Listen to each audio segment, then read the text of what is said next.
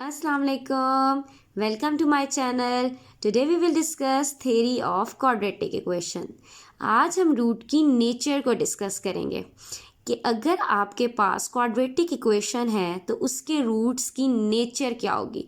या तो हमारे पास रूट पॉजिटिव होते हैं, या हमारे पास नेगेटिव होते हैं, या फिर हमारे पास इक्वल रूट्स होते हैं।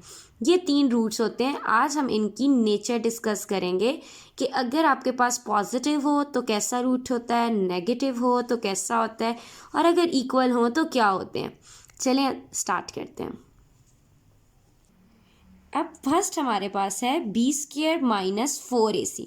जब भी आपने नेचर फाइंड करनी है तो आपने ये फार्मूला लगाना है। ये हमारे पास डिस्क्रिमिनेंट का फार्मूला होता है। अभी हम इसकी एग्जांपल्स करेंगे तो हम ज़्यादा अच्छे तरीके से देखेंगे। अब आप ये देखें कि b² - 4ac, यहाँ पर हमने बताया कि हमारे पास ग्रेटर देन ज़ीरो है। अब ग्रेटर देन ज़ीरो है तो इसमें हमारे पास दो केसेस होंगे। एक तो खाली केस होगा जिसमें पॉजिटिव रूट होंगे, और एक ऐसा होगा जो पॉजिटिव होने के साथ साथ परफेक्ट स्क्वायर भी बनाएंगे।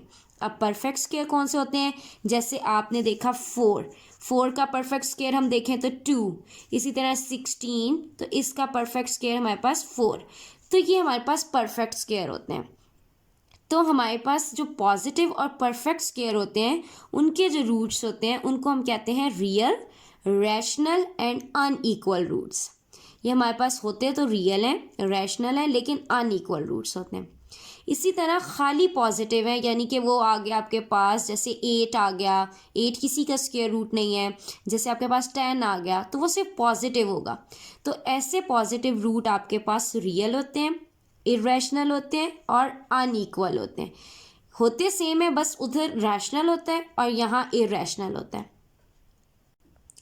अगर अब हमारे पास डिस्क्रिमिनेंट का आंसर लेस देन ज़ीरो आ रहा है, अब लेस देन ज़ीरो आ रहा है यानी कि -2 आ रहा है आंसर, -3 आ रहा है, तो फिर हमने डायरेक्ट लिख देना है कि हमारे पास जो रूट्स हैं वो हमारे पास इमेजिनरी रूट्स होते हैं। और अगर आंसर ही इक्वल्स टू ज़ीरो आ रहा है तो हमने डायरेक्ट लिख देना है रैशनल, रियल एंड इक्वल। अब हम इसकी एग्जांपल्स ट्राई करते हैं और फिर हम बताते हैं कि कौन से रूट कैसे हैं। ओके, अब ये हमारे पास क्वाड्रेटिक इक्वेशन है 4x² - 12x + 9। अब हमारे पास जो x² आपने मेरे प्रीवियस लेक्चर्स देखे होंगे उसमें हमने क्वाड्रेटिक इक्वेशंस को अच्छी तरह सॉल्व किया है, उसका लिंक आपको डिस्क्रिप्शन बॉक्स में मिल जाएगा। अब यहाँ देखें तो हमारे पास x² के साथ जो होता है वो a होता है, यानी कि यहाँ पर हमारे पास a क्या है 4। जो x के साथ होता है वो b होता है विद साइन, तो यहाँ पर -12 है तो ये हमारे पास b क्या होगा -12। और c जो होती है हमारे पास कांस्टेंट टर्म, यानी कि जिसमें ना x होता है इन्वॉल्व ना x² होता है, तो c हमारे पास क्या है 9। फार्मूला जब भी आपने फाइंड करना है तो डिस्क्रिमिनेंट का जो फार्मूला होता है वो होता है b² - 4ac। b का मतलब यानी कि -12 का स्क्वायर -4a। a आपके पास क्या है 4 और c आपके पास क्या है 9। तो 12 का स्क्वायर आपके पास होता है 144 -4 4 16, 16 9 144। तो 144 - 144 0। अब ज़ीरो आ गया तो हमने ऊपर देखा था कि जो ज़ीरो वाले रूट्स होते हैं वो रैशनल, रियल एंड इक्वल होते हैं। तो आपने यहाँ पर मेंशन करना है कि rational roots are rational, real and equal. Okay, अब हम एक और एग्जांपल ट्राई करते हैं x² - 2x + 3। तो इसमें a जो है वो x² के साथ है। अब यहाँ देखें तो x² के साथ कोई टर्म एग्जिस्ट नहीं कर रही। जब कोई भी टर्म एग्जिस्ट नहीं कर रही होती तो हमारे पास 1 होता है, तो यानी कि a हमारे पास 1 है। b हमारे पास जो x के साथ है -2। साइन आपने ज़रूर लगाना है, अक्सर स्टूडेंट क्या करते हैं कि साइन नहीं लगाते तो उससे आंसर गलत हो जाता है। और कांस्टेंट टर्म को c कहते हैं और c हमारे पास क्या है 3। डिस्क्रिमिनेंट का फार्मूला आपके पास, अगर आपको खाली डिस्क्रिमिनेंट कहा जाए तो छोटा फार्मूला है, क्वाड्रेटिक इक्वेशन का पूरा फार्मूला है। तो B square minus 4ac, B आपके पास क्या है -2 का स्क्वायर -4, ए आपके पास क्या है 1 और सी आपके पास क्या है 3। माइनस का स्क्वायर हमेशा पॉजिटिव हो जाता है, तो ये +4 -4 1 ज़ा 4 4 3 ज़ा 12। तो +4 -12 को सॉल्व करें तो आपके पास आ जाता है -8। अब -8 लेस देन 0 है, तो हमारे पास जब लेस देन 0 हो तो हमने क्या पढ़ा था कि हमारे जो रूट्स हैं वो इमेजिनरी रूट्स होते हैं। जब भी आंसर लेस देन 0 आएगा तो रूट्स कौन से होंगे, इमेजिनरी।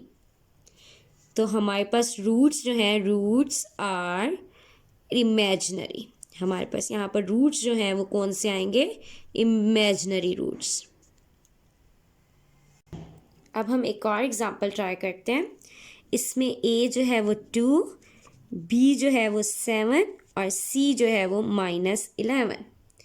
अब यहाँ देखें तो बी स्क्वायर -4ac, 7 का स्क्वायर -4 × 2 × -11, 49 + 4 2 ज़ा 8 8 11 ज़ा 88 इज इक्वल्स टू 137।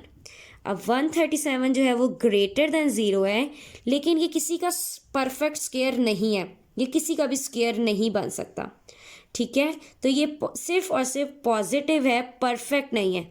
तो अब हम देखते हैं कि हमने पॉजिटिव देखा था, सिर्फ पॉजिटिव, तो वो रूट्स कौन से होते हैं। वो हमने देखे थे कि पॉजिटिव, खाली जो पॉजिटिव है वो हमारे पास real, irrational and unequal roots होते हैं।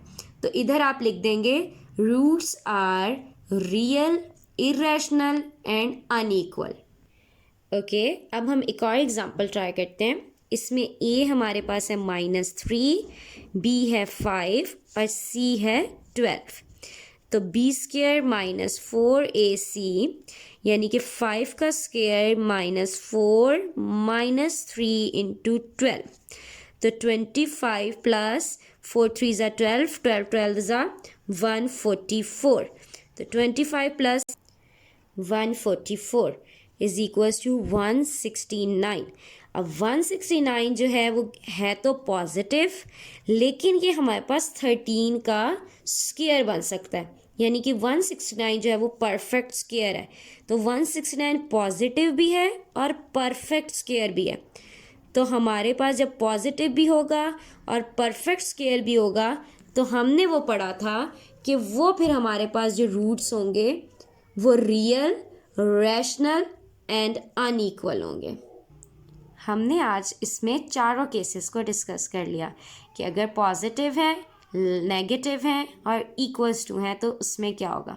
Thank you so much.